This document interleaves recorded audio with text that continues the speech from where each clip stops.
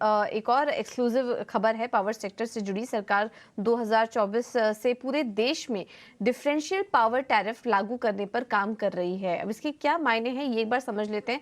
प्रकाश हमारे साथ बने हुए हैं। प्रकाश बताइए।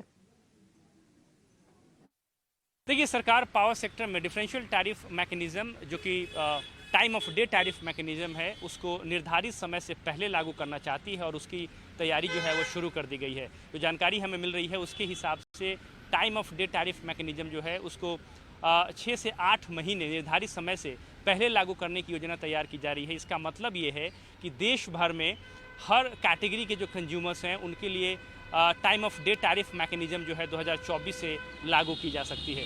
Time of day tariff mechanism एक वेरी कॉम्प्रिहेंसिव मैकेनिज्म है जिसके हिसाब से पावर की डिमांड और सप्लाई के हिसाब से टैरिफ निर्धारित की जाएगी और अलग अलग टैरिफ जो है पावर पीक और नॉन पीक आवर में हो सकती है। यानी कि दिन के समय में अलग टैरिफ और शाम और रात के समय में अलग टैरिफ जो है वो निर्धारित की जा सकती है डिमांड और सप्लाई के हिसाब से। साथ ही साथ पीक आवर में जो टैरिफ है वो 15 से 20% ज़्यादा हो सकती है, जबकि नॉन पीक आवर में कम डिमांड की वजह से जो टैरिफ है उसमें कमी देखने को मिल सकती है। तो एक तरीके से ये विन विन सिचुएशन है कंज्यूमर्स के पॉइंट ऑफ व्यू से। वो चाहें तो टैरिफ के हिसाब से जो अपना कंजम्पशन है उसको डिस्ट्रीब्यूट कर सकते हैं।